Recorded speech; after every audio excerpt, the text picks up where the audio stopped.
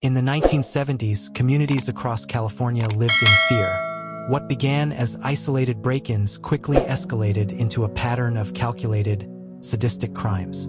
Homes were no longer safe havens. Locking doors wasn't enough. People began sleeping with baseball bats and shotguns by their beds. Alarm systems, once luxuries, became necessities.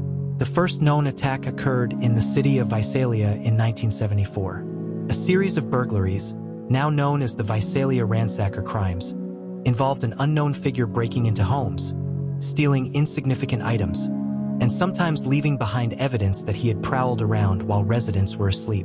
It was bizarre, but it was only the beginning. By 1976, the criminal had moved north to Sacramento. He was no longer just a thief. Now he was entering homes and attacking couples. The intruder would break in late at night, tie up the male partner, and force the woman into another room where he would commit unspeakable acts for hours. All the while, he'd rummage through their kitchen, eat their food, and mock his victims with cruel whispers and chilling threats. Police didn't know what to make of it. Different jurisdictions, lack of communication, and inconsistent patterns made it difficult to connect the dots. The suspect was eventually dubbed the East Area Rapist. He was methodical. He scoped out homes for days. He disabled outdoor lights, unlocked windows, and left escape routes planned. He was never caught in the act. In total, he was connected to over 50 sexual assaults and 13 known murders, a tally that haunted California law enforcement for decades. Victims described him as a white male, possibly in his late 20s or early 30s, with a medium build and an eerie whispering voice. He wore a ski mask and gloves, making sure to leave no fingerprints or traceable evidence. Police sketches, psychological profiles, and composite reports all led to the same conclusion. This man was highly intelligent, patient, and terrifyingly efficient. But by 1986, he vanished. For over 3 decades, the Golden State Killer, as he was later named by crime writer Michelle McNamara, remained a ghost. He was a monster who lived among regular people, possibly a family man, a neighbor, a coworker, hiding in plain sight. The case grew colder with every passing year. That is, until forensic science caught up. In 2018, everything changed. With the help of genetic genealogy, investigators reopened the case with a revolutionary method that would change criminal investigations forever. But before they would unmask the man behind the mask, they would have to retrace the blood-soaked trail he left behind. For decades, the case files had collected dust. Hundreds of tips had come and gone. Suspects were questioned, evidence reviewed, but no one could identify the predator who had terrorized California in the 1970s and 80s, until science caught up with evil. By the early 2000s, DNA profiling had already revolutionized criminal investigations.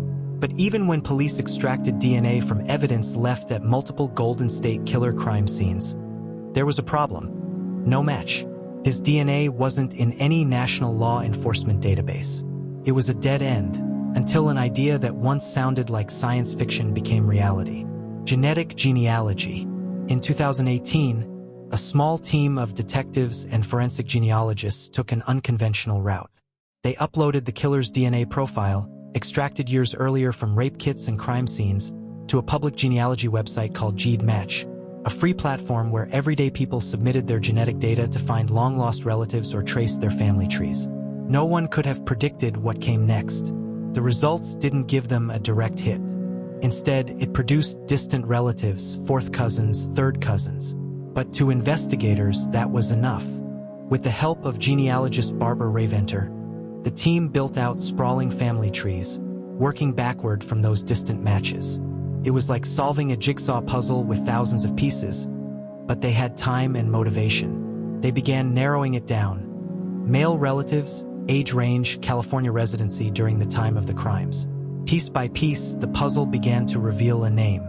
Joseph James DeAngelo. He was a former police officer, a Navy veteran, a husband and father who lived in the suburbs, unremarkable in appearance, and disturbingly normal. DeAngelo had worked in law enforcement during the time of the crimes. He had the training, the knowledge, and the access, but police needed to be sure. They began covert surveillance, tailing DeAngelo in Sacramento. In one instance, they watched as he exited a grocery store and unknowingly left behind the most damning piece of evidence: a used tissue discarded in a trash can. They collected it. They tested it. It matched. After 44 years, the face behind the ski mask had a name. And it wasn't some shadowy figure or Hollywood-style criminal mastermind. It was the man next door. On April 24, 2018, Joseph James DeAngelo was arrested at the age of 72. He looked frail, quiet, and stunned. But his DNA screamed guilt. The arrest rocked the nation. Survivors who had waited decades for justice finally saw their tormentor in handcuffs. Detectives wept. Journalists flooded the story. The monster that haunted California had a face, and the method that caught him rewrote history. The use of genetic genealogy in the DeAngelo case opened a new chapter in criminal justice. Suddenly, decades-old cold cases had a new weapon. Law enforcement agencies across the country began reevaluating dormant files, hopeful that their unsolved crimes could finally be cracked using the same approach. But the arrest also sparked debate. Some praised the innovation. Others feared for privacy, worried that uploading family DNA to public databases could lead to misuse. Could the same tools that solved murders also wrongly implicate the innocent? Regardless of where the public landed, one thing was clear: science had outpaced silence, and the victims of the Golden State Killer, once voiceless, finally had a voice in court. Don't forget to like, comment, and subscribe. Hit the notification bell. By the time Joseph James DeAngelo was finally arrested, the world had nearly forgotten his crimes. But his victims hadn't. Neither had their families. And neither had the communities that had lived in fear for decades. Now, their stories could finally be told in full. Between 1974 and 1986, DeAngelo left a trail of horror across California. First as the Visalia ransacker, then as the East Area rapist, and finally as the original Night Stalker. Only years later would the FBI and cold case teams realize they were all the same man. And by then, he had attacked over 100 people, killed at least 13, and committed more than 50 rapes. He was methodical, cruel, and calculating. In one of his most disturbing patterns, he would break into suburban homes in the middle of the night. Often, he targeted couples. He'd tie up the man, then force him to lie face down, placing dishes on his back. Then, he'd take the woman to another room and threaten that if he heard the plates move, he'd kill them both. Victims recalled his chilling whispers. Others said he cried like a child after committing the rapes. Some even said he would go into the kitchen and eat their food, cold leftovers, beer, whatever he could find. It was as if he owned the place. As if violating their safety wasn't enough, he wanted to dominate everything. The ones we remember, Brian and Katie Majori, both just 21 years old, were among his earliest murder victims. In February 1978, they were walking their dog in Rancho Cordova when they likely stumbled upon DeAngelo during a break-in. They were chased down and shot. Their case had gone unsolved for years until DNA linked it to his spree. Lyman and Charlene Smith, a young couple from Ventura, were brutally bludgeoned to death in their bed in 1980. Their son found them the next day. Decades later, Lyman's daughter would describe the moment she heard DeAngelo had been caught. "It felt like something in my chest finally let go." Janelle Cruz, 18, was his final known victim. She was raped and murdered in 1986. Her family had already suffered deeply. Janelle's sister had died in a car crash the year before. The night she died, she was alone in the house. It would take more than 30 years to identify her killer. What haunts so many about these crimes is how ordinary the settings were. These weren't dark alleyways or isolated roads. They were cul-de-sacs, family homes, quiet streets. He didn't hunt in shadows. He hunted in backyards, bedrooms, and behind locked doors. A courtroom full of ghosts. When DeAngelo finally stood trial, it wasn't just one victim who testified. It was dozens. Some spoke directly to him. Others couldn't bear to face him. Many had lived half their lives in fear. Some had never told their families what had happened to them. But in court, they reclaimed their voices. One woman said, "For 40 years, I didn't speak your name. You don't deserve to be remembered. But today, I speak it because I am no longer afraid. Others recalled the guilt they carried. Survivors' guilt, shame, the trauma of being disbelieved or minimized. But their testimony painted the full picture. This wasn't just a serial killer. It was a predator who shattered lives, homes, and psyches. Even as DeAngelo sat silent in a wheelchair, pretending to be weak, the courtroom heard evidence that showed he was very aware of his actions.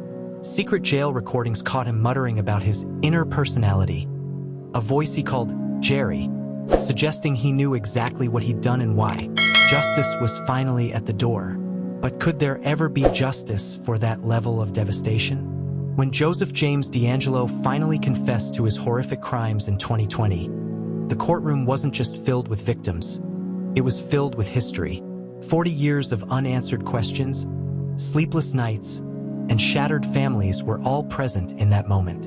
And while his sentencing gave survivors a measure of closure, the case left behind something even more powerful. A roadmap for how modern science could solve the coldest of cases. The power of DNA and genealogy. The arrest of DeAngelo in 2018 wasn't the result of a tip, confession, or traditional detective work. It was science, specifically genetic genealogy. Investigators uploaded DNA from a 1980s rape kit to GeneMatch, a public genealogy database. Unlike criminal databases like Cody's, GeneMatch contains data from ordinary people searching for relatives and building family trees. Using this data, genealogist C.C. Moore and law enforcement created a family tree of potential suspects, tracing distant relatives back to someone who matched all the criteria: Joseph James DeAngelo. It was the first time this method had ever been used to catch a serial killer. But it wouldn't be the last. After DeAngelo's arrest, dozens of other cold cases were reopened. From the Bear Brook murders in New Hampshire to the 1974 rape and murder of Carla Walker in Texas, law enforcement agencies began pouring resources into solving long-forgotten crimes using genetic genealogy. And they started solving them fast. A legal and ethical tightrope. While the technology is undeniably powerful, it also sparked a debate. Was it ethical to use public genealogy databases to track down criminals, even if the people uploading their DNA had no idea it might be used that way? Privacy advocates raised red flags. In response, GeneMatch changed its policies to allow users to opt in for law enforcement matching. Other companies like 23andMe and Ancestry banned law enforcement access entirely. Still, the genie was out of the bottle. Genetic genealogy had proven to be a revolutionary tool, not just for hobbyists but for justice. Some argue it's the biggest breakthrough in forensic science since fingerprinting. Justice for the forgotten. Perhaps the most important legacy of the Golden State Killer case is what it meant for the victims of unsolved crimes. In the past, many rape kits went untested for decades due to budget constraints or poor storage. Cold cases were routinely closed due to lack of leads. Victims felt abandoned. Families lost hope. But DeAngelo's arrest showed that justice delayed doesn't have to mean justice denied. Suddenly, detectives were digging into 30, 40, even 50-year-old cases. Old evidence was re-examined. Cold case units were expanded. For many families, it was the first time in years that someone had picked up their file. In 2022, thanks to the same genetic methods, a suspect was arrested in the 1988 murder of Melissa Tremblay, an 11-year-old girl from Massachusetts. In another case, the 1964 murder of Marlene Oakes, a pregnant woman, was finally closed. All of this traced back to one thing. The Golden State Killer's capture had changed the game. The man behind the mask. Joseph DeAngelo pled guilty to 13 counts of first-degree murder and 13 counts of kidnapping.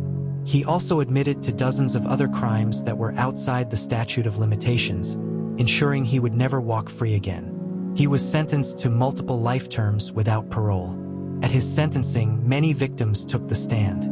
One said, "You thought you got away with it, but science caught up to you, and so did we." And then, for the first time in decades, the mask slipped. The once menacing Golden State Killer was just an old man in a jumpsuit, mumbling apologies no one wanted to hear. But that moment wasn't about him. It was about the power of truth, the power of memory, and the power of never giving up. Don't forget to like, comment and subscribe. Hit the notification bell for more true crime story.